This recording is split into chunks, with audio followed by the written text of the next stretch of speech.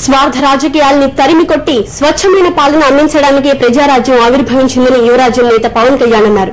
చిరంజీవి అంతటి మంచి మనిషిని ముఖ్యమంత్రిగా చూడాలని జనం కోరుకుంటున్నారని పవన్ చెప్తున్నారు.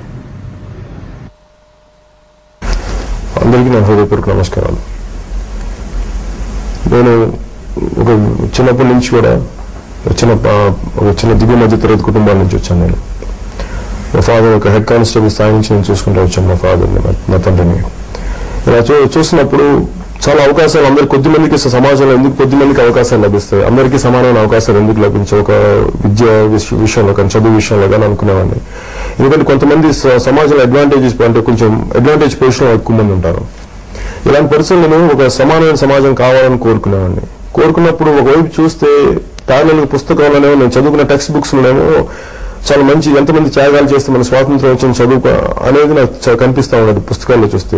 వాస్తవానికి వచ్చేటప్పటికి ఈ స్టాండర్డ్ యూజువల్ మన రాజకీయ నాయకులను చూస్తే స్వార్థంతో నిండిపోయి పనులు చేయక రోడ్లు మురిగుంటలతో అసలు డ్రైనేజ్ ఫెసిలిటీస్ లేక మురిగుంటల్లో పారుతా రోడ్ల మీద పందులు తిరుగుతా, తర్వాత సరైన కూర్చోడానికి సరైన వస్తువులు లేక సరైన వెలుతురు లేని పాఠశాలలో చూసి ఎక్కడ ఏ గవర్నమెంట్ హాస్పిటల్కి వెళ్ళినా సరైన వసతులు లేని గవర్నమెంట్ హాస్పిటల్స్ కింద పడుకోవాల్సిన పరిస్థితులు.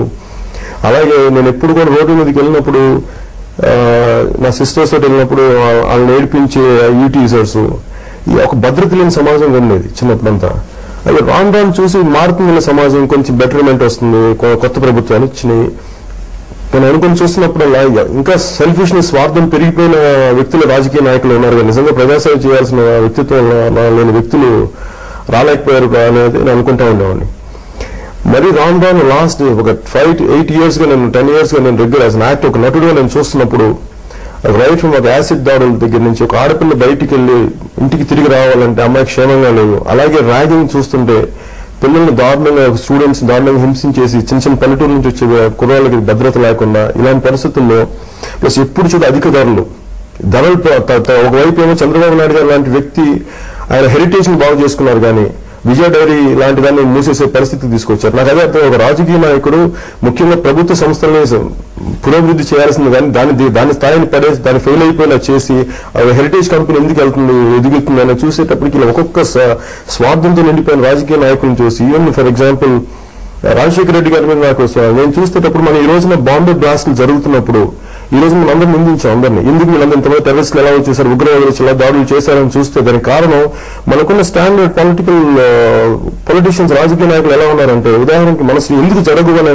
అనుకున్నప్పుడు మన రాజశేఖర రెడ్డి గారు వచ్చి రాగానే ఒక పెద్ద పోలీస్ ఆఫీసర్ని చంపేసిన వ్యక్తిని విడుదల చేసేశారు, క్రిమినల్ ని ఏ బేసిస్ లో విడుదల చేశారు. అలాగే నువ్వు నేరస్తులకు ఊతమిచ్చే వ్యక్తిగా ఒక ముఖ్యమంత్రి స్థాయిలో వ్యక్తి అలా చేయగలిగినప్పుడు ఇంక ఈ మామూలుడికి తప్పు చేయాలని ఎందుకు అనిపించదు.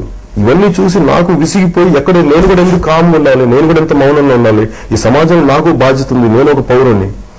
తప్పు చూస్తా ఊరుకునేవాడు ఇంకా తప్పు చేసినవాడు కానీ ఇంకా పెద్ద తప్పు చేసినట్టు నాకు అర్థమయ్యి ఖచ్చితంగా నేను ఎక్కువ కాలం ఉండలేక నేను ఈ రోజున ఖచ్చితంగా మార్పు కావాలని అందరూ కొన్ని కోట్లాది మంది కోరుకున్నట్టుగా నేను కోరుకున్నాను. అందరినీ మీరు కూడా ప్రయాణించండి, మీరు కూడా రండి దానికి మెయిన్ స్ట్రీమ్ లో. మనం కూడా పొలిటిక్స్ లో మనం ఒక మాట మాట్లాడాలి, లేకపోతే సమాజం మారదు అడగబోయే ముందు నేను మొదటగా నేను ఇవ్వాలనుకున్నాను. ఈ రోజు నేను అడుగేశాను.